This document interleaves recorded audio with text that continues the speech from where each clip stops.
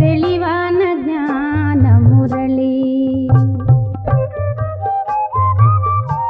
பள்ளத்தை நோக்கும் வெள்ளத்தை போல் பாபாவிடம் நாம் சென்றிடுவோம். பள்ளத்தை நோக்கும் வெள்ளத்தை போல் பாபாவிடம் நாம் சென்றிடுவோம். முள்ளான நம்மை மலராக்கினாரே, முள்ளான நம்மை மலராக்கினாரே, முழுவதும் அர்ப்பணை செய்வோம். சிவனே அளிக்கும் சிவனே. ஓம் சாந்தி. முரளி டேட் 16/4/2025. காலை முரளி பாப்தாதா மதுபன். இனிமையான குழந்தைகளே, எனது உள்ளம் ஒரு தந்தையிடம் சேர்கிறதா அல்லது எந்த கர்ம சம்பந்தத்திடமாவது சேர்கிறதா என்று உங்கள் மனநிலையை பாருங்கள். கேள்வி: தனக்கு நன்மை செய்து கொள்ள எந்த 2 விஷயங்களின் கணக்கை தினம்தோறும் பார்க்க வேண்டும்? பதில்: யோகம் மற்றும் நடத்தையின் கணக்கை தினம்தோறும் பார்க்க வேண்டும். எந்த டிஸ்சர்வீஸும் செய்யவில்லை தானே என்பதை சோதனை செய்யுங்கள். நான் எந்த அளவு தந்தையை நினைவு செய்கின்றேன்? எனது நேரத்தை நான் எப்படி பயன்படுத்துகின்றேன்? பிறரை பார்ப்பதில்லை தானே? யாருடைய பெயர் உருவிலும் உள்ளம் சேரவில்லை தானே என்று எப்போதும் உங்கள் உள்ளத்தை கேளுங்கள்.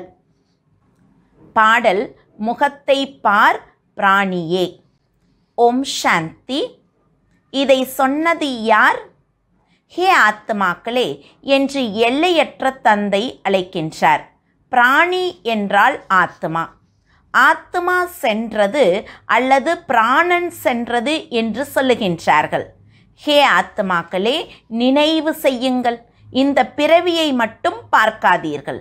ஆனால் எப்போதிருந்து நீங்கள் தமோ பிரதானமாக மாறினீர்களோ அப்போதிருந்து ஏணியில் இறங்கி பதீத்தமாகி இருக்கின்றீர்கள். அதனால் நிச்சயம் பாவம் செய்திருப்பீர்கள். இது புரிந்து கொள்ளும் விஷயம். தலை மீது ஜென்ம ஜென்ம பாவம் இன்னும் எவ்வளவு இருக்கிறது என்பது எப்படி தெரியும்? எனக்கு எந்த அளவு யோகத்தில் ஈடுபாடு இருக்கிறது என்று தன்னை பாருங்கள். தந்தையோடு எந்த அளவு நன்றாக யோகம் வைப்பீர்களோ அந்த அளவு விக்கர்மங்கள் விநாசமாகும். என்னை நினைவு செய்தால் உங்கள் விக்கர்மங்கள் விநாசமாகும் என்பதற்கு நான் கேரண்டி என்று தந்தை சொல்லுகின்றார். தனக்கு தந்தையோடு எவ்வளவு யோகம் இருக்கிறது என்பதை ஒவ்வொருவரும் தன் உள்ளத்தில் பார்க்க வேண்டும். எந்த அளவு நாம் யோகம் வைப்போமோ பவித்திரமாவோமோ அந்த அளவு பாவங்கள் அழிந்து கொண்டே போகும். யோகமும் அதிகமாகிக் கொண்டே போகும். பவித்திரமாக மாறவில்லை என்றால் யோகத்திலும் மனம் ஈடுபடாது. அப்படியும் சிலர் இருக்கின்றார்கள். அவர்கள் முழு நாளில் 15 நிமிடம் கூட நினைவில் இருப்பது இல்லை. எனது உள்ளம் சிவபாபாவிடம் இருக்கிறதா அல்லது தேகதாரியிடம் இருக்கிறதா, கர்ம சம்பந்தி போன்றோரிடம் இருக்கிறதா என்று தன்னை கேட்க வேண்டும். மாயா குழந்தைகளுக்கு புயலை கொண்டு வரும். தனது மனநிலை எப்படி இருக்கிறது என்பதை தானும் புரிந்து கொள்ள முடியும். சிவபாபாவிடம் உள்ளம் ஈடுபடுகிறதா அல்லது யாராவது தேகதாரியிடம் ஈடுபடுகிறதா? கர்ம சம்பந்திகள் போன்றோரிடம் இருந்தால் நம்மிடம் அதிக விக்கர்மங்கள் இருக்கின்றன என்பதை புரிந்து கொள்ள வேண்டும். அதனால் மாயா குழியில் தள்ளிவிடுகிறது.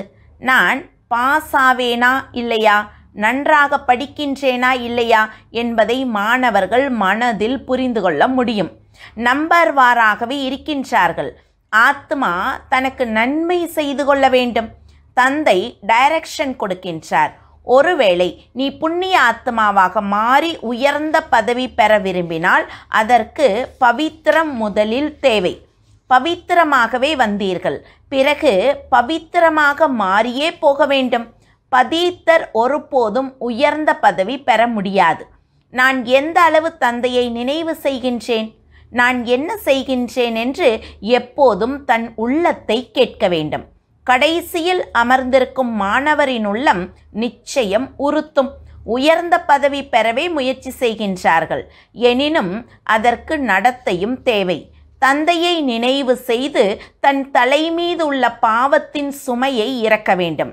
நீங்கள் நினைவு செய்யாத போது பாவத்தின் சுமையை என்னால் இறக்கவே முடியாது. அதனால் தந்தையோடு எவ்வளவு யோகம் இருக்க வேண்டும். தந்தை என்னை நினைவு செய்தால் விக்கிரமம் விநாசமாகும் என்று மிக உயர்ந்த தந்தை வந்து சொல்லுகின்றார். நேரம் நெருங்கி வந்து கொண்டே இருக்கிறது. சரீரத்தின் மீது நம்பிக்கை இல்லை. திடீரென எப்படியெல்லாமோ விபத்து நடக்கின்றது. இது அகால மரணத்தின் முழு சீசனாக இருக்கிறது. அதனால் ஒவ்வொருவரும் தன்னை சோதனை செய்து தனக்கு நன்மை செய்து கொள்ள வேண்டும். யோகம் மற்றும் நடத்தையின் முழு நாள் கணக்கை பார்க்க வேண்டும். முழு நாளில் நான் எவ்வளவு பாவம் செய்தேன், மனதிலும் சொல்லிலும் முதலில் வருகிறது, பின்னர் செயலில் வருகிறது. நாம் நல்ல காரியத்தை செய்ய வேண்டுமென்ற சரியான புத்தி இப்போது குழந்தைகளுக்கு கிடைத்திருக்கிறது. யாரையும் ஏமாற்றவில்லை தானே, தேவையின்றி பொய் சொல்லவில்லை தானே, டிஸ்சர்வீஸ் செய்யவில்லை தானே என்பதை பார்க்க வேண்டும். யாருடைய பெயர் உருவிலாவது சிக்கினால் யாக பிதாவின் பெயரை கெடுக்கின்றீர்கள். யாருக்கும் துக்கம் கொடுக்காதீர்கள். ஒரு தந்தையின் நினைவில் இருங்கள் என்று தந்தை சொல்லுகின்றார். இந்த மிக முக்கிய கவலை கிடைத்திருக்கிறது. ஒருவேளை நாம் நினைவில் இருக்க முடியவில்லை என்றால் என்ன நிலை ஏற்படும்? இந்த நேரம் தவறு செய்து கொண்டே இருந்தால் கடைசியில் அதிகமாக வருத்தப்பட நேரிடும். யார் சாதாரண பதவி பெற வேண்டுமோ அவர் சாதாரண பதவியே பெறுவார் என்பதை புரிந்து கொள்ளலாம். நாம் என்ன செய்ய வேண்டும் என்பதை புத்தியால் புரிந்து கொள்ளலாம். தந்தையை நினைவு செய்யுங்கள் என்ற மந்திரத்தை எல்லோருக்கும் கொடுங்கள். குழந்தைகளுக்கு லட்சியம் கிடைத்திருக்கிறது. இந்த விஷயங்களை உலகில் உள்ளவர்கள் புரிந்து கொள்ள முடியாது. தந்தையை நினைவு செய்வதே முதல் முக்கிய விஷயம். படைப்பவர் மற்றும் படைப்பின் ஞானம் கிடைத்திருக்கிறது. தினம்தோறும் புரிய வைப்பதற்காக ஏதாவது புது புது பாயிண்ட்டுகள் கொடுக்கப்படுகின்றன. அப்படி விராட ரூப சித்திரம் இருக்கிறது. அதை பற்றியும் நீங்கள் புரிய வைக்க முடியும். வர்ணங்களில் எப்படி வருகின்றார்கள் என்ற சித்திரத்தை ஏணிப்படி படத்தின் பக்கத்தில் வைக்க வேண்டும். எப்படி ஒருவருக்கு புரிய வைப்பதென்ற சிந்தனை நாள் முழுவதும் புத்தியில் ஓட வேண்டும். சேவை செய்தாலும் தந்தையின் நினைவு இருக்கும். தந்தையின் நினைவால் தான் விக்கிரமங்கள் விநாசமாகும். தனக்கு நன்மை செய்து கொள்ள வேண்டும். உங்களிடம் 63 பிறவிகளின் பாவம் இருக்கிறது என்று தந்தை புரிய வைத்திருக்கின்றார். பாவங்களை செய்து செய்து சதோ பிரதானத்திலிருந்து தமோ பிரதானமாக மாறியிருக்கின்றீர்கள். இப்போது என்னுடையவராக மாறிய பின் எந்த பாவக்கர்மத்தையும் செய்யாதீர்கள். பொய் சொல்லுவது, சைத்தான் வேலை செய்வது, குடும்பத்தை பிரிப்பது, கேட்பார் பேச்சை கேட்டு நம்புவது போன்ற கீழான செயல்கள் அதிக நஷ்டத்தை ஏற்படுத்துகின்றன. தந்தையிடமிருந்து யோகத்தை முறிக்க வைப்பது எவ்வளவு பெரிய பாவமாக இருக்கிறது. அரசாங்கத்திற்கும் துரோகம் செய்கின்றார்கள். அரசாங்க விஷயங்களை விரோதிக்கு சொல்லி அதிக நஷ்டத்தை ஏற்படுத்துகின்றார்கள். பிறகு அவருக்கு மிக கொடிய தண்டனை கிடைக்கின்றது. அதனால் குழந்தைகளின் வாயிலிருந்து எப்போதும் ஞான ரத்தினங்களே வெளிப்பட வேண்டும். தலைகீழ் விஷயங்களையும் ஒருவர் பிறரிடம் கேட்க வேண்டாம். நீங்கள் எப்படி தந்தையிடம் யோகம் வைக்கின்றீர்கள், பிறருக்கு எப்படி புரிய வைக்கின்றீர்கள் என்ற ஞான விஷயங்களை மட்டுமே பேச வேண்டும். நாள் முழுவதும் இந்த எண்ணமே இருக்க வேண்டும். சித்திரங்களுக்கு முன்னால் சென்று அமர வேண்டும். உங்கள் புத்தியில் ஞானம் இருக்கின்றது தானே? பக்தி மார்க்கத்தில் அநேக வித சித்திரங்களை பூஜை செய்து கொண்டே இருக்கின்றார்கள். எதையும் அறியவில்லை. மூட நம்பிக்கை, விக்கிரக ஆராதனை போன்ற விஷயங்களில் பாரதம் பிரசித்தமாக இருக்கிறது. இப்போது நீங்கள் இந்த விஷயங்களை புரிய வைக்க எவ்வளவு முயற்சி செய்கின்றீர்கள்? கண்காட்சிகளுக்கு எத்தனை மனிதர்கள் வருகின்றார்கள். அவர்கள் பல விதங்களில் இருக்கின்றார்கள். இது பார்க்கவும் புரிந்து கொள்ளவும் தகுந்த விஷயங்களாக இருக்கின்றன என்று ஒருவர் நினைக்கின்றார், பார்க்கின்றார். பிறகு ஒருபோதும் சென்டருக்கு போவதில்லை. நாளுக்கு நாள் உலகின் நிலையும் மோசமாகிக் கொண்டே போகிறது. சண்டைகள் அதிகம் நடக்கின்றன. வெளிநாட்டில் என்னென்ன நடக்கின்றன என்பதை பற்றி கேட்காதீர்கள். எத்தனை மனிதர்கள் சாகின்றார்கள். தமோ பிரதான உலகம்தானே. வெடிகுண்டுகளை தயாரிக்க கூடாது என்று சொல்லுகின்றார்கள். எனினும் உங்களிடம் அதிகமாக வைத்திருக்கும் போது நாங்கள் ஏன் தயாரிக்க கூடாது? இல்லையென்றால் உங்களிடம் அடிமையாக இருக்க நேரிடும் என்று அவர்கள் சொல்லுகின்றார்கள். எந்த கருத்து வந்தாலும் விநாசத்திற்காகவே வருகிறது.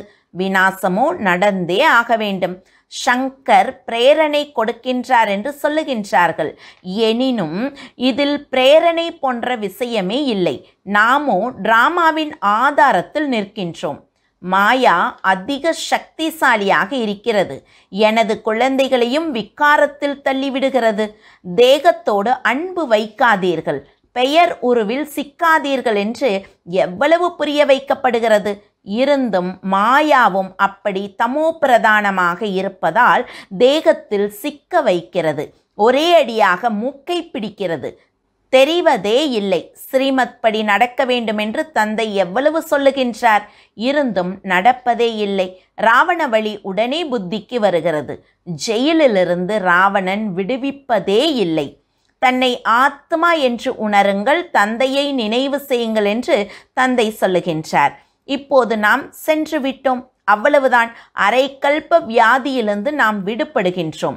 அங்கே நோயற்ற உடல் இருக்கும். இங்கே எத்தனை வியாதிகள் இருக்கின்றன. இது கொடிய நரகமாக இருக்கிறது. அந்த மனிதர்கள் கருட புராணத்தை படிக்கலாம்.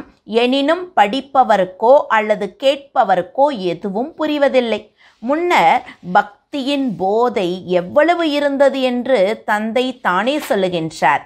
பக்தியில் பகவான் கிடைப்பார் என்பதை கேட்டு சந்தோஷமாக பக்தி செய்து கொண்டே இருக்கின்றார்கள். பதீத்தமாகின்றார்கள். அப்போதே ஹே பதீத்த பாவனரே வாருங்கள் என்று அழைக்கின்றார்கள். பக்தி செய்வது நல்லது. பிறகு பகவானை ஏன் நினைவு செய்கின்றீர்கள்? பகவான் வந்து பக்தியின் பலனை கொடுப்பார் என்று நினைக்கின்றார்கள். என்ன பலனை கொடுப்பார் என்பது யாருக்கும் தெரியாது. கீதையை படிப்பவருக்கே புரிய வைக்க வேண்டும். அவர்களே நமது தர்மத்தை சார்ந்தவர்கள் என்று தந்தை சொல்லுகின்றார். கீதையில் இருக்கும் பகவான் வாக்கே முதலாவது முக்கிய விஷயம். இப்போது கீதையின் பகவான் யார்? பகவானுடைய அறிமுகம் தேவை. ஆத்மா என்றால் என்ன, பரமாத்மா என்றால் என்ன என்பது இப்போது உங்களுக்கு தெரிந்துவிட்டது.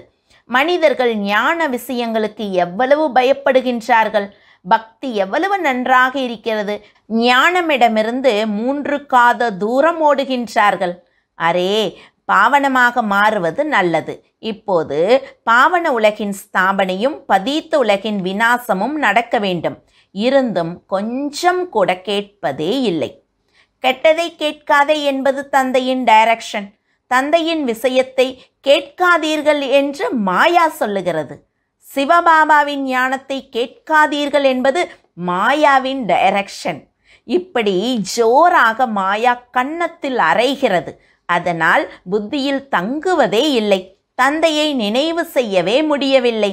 பிறகு உறவுகளின் தேகதாரிகளின் நினைவு வருகிறது.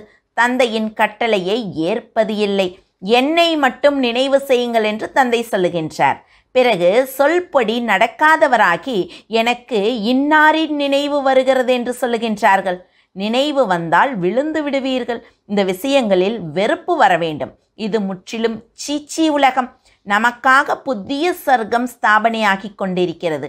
குழந்தைகள், உங்களுக்கு தந்தையின் சிருஷ்டி சக்கரத்தின் அறிமுகம் கிடைத்திருக்கிறது. அதனால் அந்த படிப்பில் ஈடுபட வேண்டும். நான் தந்தையை நினைவு செய்கின்றேனா என்று தன்னை பாருங்கள் என்று தந்தை சொல்லுகின்றார்.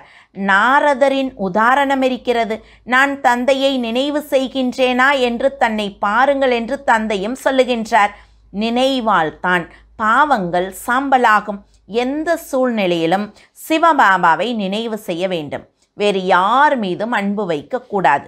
கடைசியில் சிவபாபாவின் நினைவு இருக்கும்போது பிராணன் உடலை விட்டு பிரிய வேண்டும். சிவபாபாவின் நினைவு இருக்க வேண்டும். சுயதர்சன சக்கரத்தின் ஞானம் இருக்க வேண்டும்.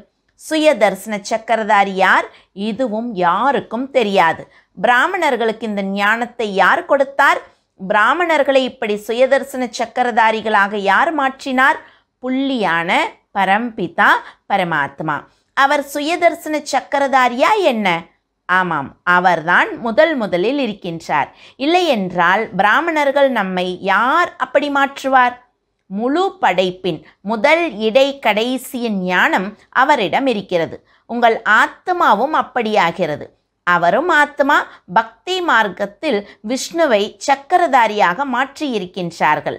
பரமாத்மா திரிகாலதரிசி, திருமூர்த்தி, திருநேத்ரி என்று நாம் சொல்லுகின்றோம். அவர் நம்மை சுயதர்சன சக்கரதாரியாக மாற்றுகின்றார். அவரும் நிச்சயம் மனித உடலில் வந்தே சொல்வார். படைப்பின் முதல் இடை கடையின் ஞானத்தை படைப்பவரே வந்து நிச்சயம் சொல்லுவார். படைப்பவரை யாரும் அறியாத போது படைப்பின் ஞானம் எங்கிருந்து கிடைக்கும்? சிவபாபாவே சுயதர்சன சக்கரதாரி, ஞானக்கடல் என்பதை இப்போது நீங்கள் அறிவீர்கள். நாம் எப்படி 84 பிறவிகளின் சக்கரத்தில் வருகின்றோம் என்பது அவருக்கு தெரியும். அவர் பிறவிகளில் வருவதில்லை. அவரிடம் ஞானம் இருக்கிறது. அதை நமக்கு சொல்லுகின்றார். அதனால் முதலில் சிவபாபாவே சுயதர்சன சக்கரதாரியாக இருக்கின்றார். சிவபாபாவே நம்மை சுயதர்சன சக்கரதாரியாக மாற்றுகின்றார், தூய்மையாக மாற்றுகின்றார். ஏனென்றால் அவர் பதீத்த பாவனர், படைப்பவரும் அவரே. தந்தை குழந்தைகளின் வாழ்வை அறிவார்தானே. சிவபாபா பிரம்மா மூலமாக ஸ்தாபனை செய்ய வைக்கின்றார். அவர் செய்பவரும் செய்ய வைப்பவருமாக இருக்கின்றார். நீங்களும் கற்றுக் கொடுங்கள். தந்தை கற்பிக்கின்றார், பிறகு மற்றவர்களுக்கு கற்பியுங்கள் என்று சொல்லுகின்றார். அதனால் சிவபாபாவே உங்களை சுயதர்சன சக்கரதாரிகளாக மாற்றுகின்றார். என்னிடம் சிருஷ்டி சக்கரத்தின் ஞானம் இருக்கிறது, அதனால் தான் சொல்லுகின்றேன் என்று சொல்லுகின்றார். அதனால் 84 பிறவிகளை எப்படி எடுக்கின்றீர்கள் என்ற 84 ஜென்மங்களின் கதை புத்தியில் இருக்க வேண்டும். இது புத்தியில் இருந்தாலும் சக்கரவர்த்தி ராஜா ஆக முடியும். இதுதான் ஞானம். மற்றபடி யோகத்தால் பாவங்கள் அழிகின்றன. முழு நாளின் கணக்கு பாருங்கள். நினைவே செய்யாத போது என்ன கணக்கு வரும்? நாள் முழுவதும் என்னென்ன செய்தீர்கள் என்பது நினைவில் இருக்கின்றது தானே. அப்படியும் மனிதர்கள் இருக்கின்றார்கள். எவ்வளவு சாஸ்திரங்கள் படித்தேன், எவ்வளவு புண்ணியம் செய்தேன் என்று தனது கணக்கை பார்க்கின்றார்கள். எவ்வளவு நேரம் நினைவு செய்தேன், எந்த அளவு மகிழ்ச்சியோடு தந்தையின் அறிமுகத்தை கொடுத்தேன் என்று நீங்கள் சொல்லுவீர்கள். தந்தையிடமிருந்து கிடைத்திருக்கும் பாயிண்ட்டுகளை அடிக்கடி சிந்தனை செய்யுங்கள். என்ன ஞானம் கிடைக்கின்றதோ அதை புத்தியின் நினைவில் வையுங்கள். தினம்தோறும் முரளி படியுங்கள், அதுவும் நல்லது. முரளியில் உள்ள பாயிண்ட்டுகளை அடிக்கடி சிந்திக்க வேண்டும். இங்கே இருப்பவர்களை விட வெளிநாட்டில் இருப்பவர்கள் அதிகமாக நினைவில் இருக்கின்றார்கள். பந்தனத்தில் இருக்கும் எத்தனை பேர் பாபாவை பார்த்ததும் இல்லை. அவர்கள் எவ்வளவு நினைவு செய்கின்றார்கள், எவ்வளவு போதை ஏறுகிறது. வீட்டில் இருந்தபடியே காட்சி கிடைக்கின்றது, அல்லது அனாயாசமாக கேட்டு நிச்சயம் ஏற்பட்டு விடுகிறது. நான் எவ்வளவு உயர்ந்த பதவி பெறுவேன், எனது நடத்தை எப்படி இருக்கிறது, உணவு பானத்தின் மீது எந்த ஆசையும் இல்லைதானே என்று மனதில் தன்னை சோதனை செய்து கொண்டே இருக்க வேண்டும் என்று தந்தை சொல்லுகின்றார். எந்த பழக்கமும் இருக்கக்கூடாது. அவ்விபச்சாரி நினைவில் இருப்பது முக்கிய விஷயம். நான் யாரை நினைவு செய்கின்றேன், எவ்வளவு நேரம் பிறரை நினைவு செய்கின்றேன் என்று உள்ளத்தை கேளுங்கள். ஞானத்தையும் தாரணை செய்ய வேண்டும், பாவத்தையும் அழிக்க வேண்டும். ஒரு சிலர் அப்படி பாவம் செய்கின்றார்கள், அதை பற்றி கேட்காதீர்கள். இதை செய்யுங்கள் என்று பகவான் சொல்லுகின்றார். எனினும் பரவசத்தில் இருக்கின்றோம், அதாவது மாயாவின் வசத்தில் இருக்கின்றோம் என்று சொல்லுகின்றார்கள். நல்லது, மாயாவின் வசத்திலேயே இருங்கள். நீங்கள் ஒன்று ஸ்ரீமத் படி நடக்க வேண்டும், அல்லது தன் வழியில் நடக்க வேண்டும். இந்த சூழ்நிலையில் நான் எதுவரை பாஸ் ஆவேன், என்ன பதவி பெறுவேன் என்று பார்க்க வேண்டும்.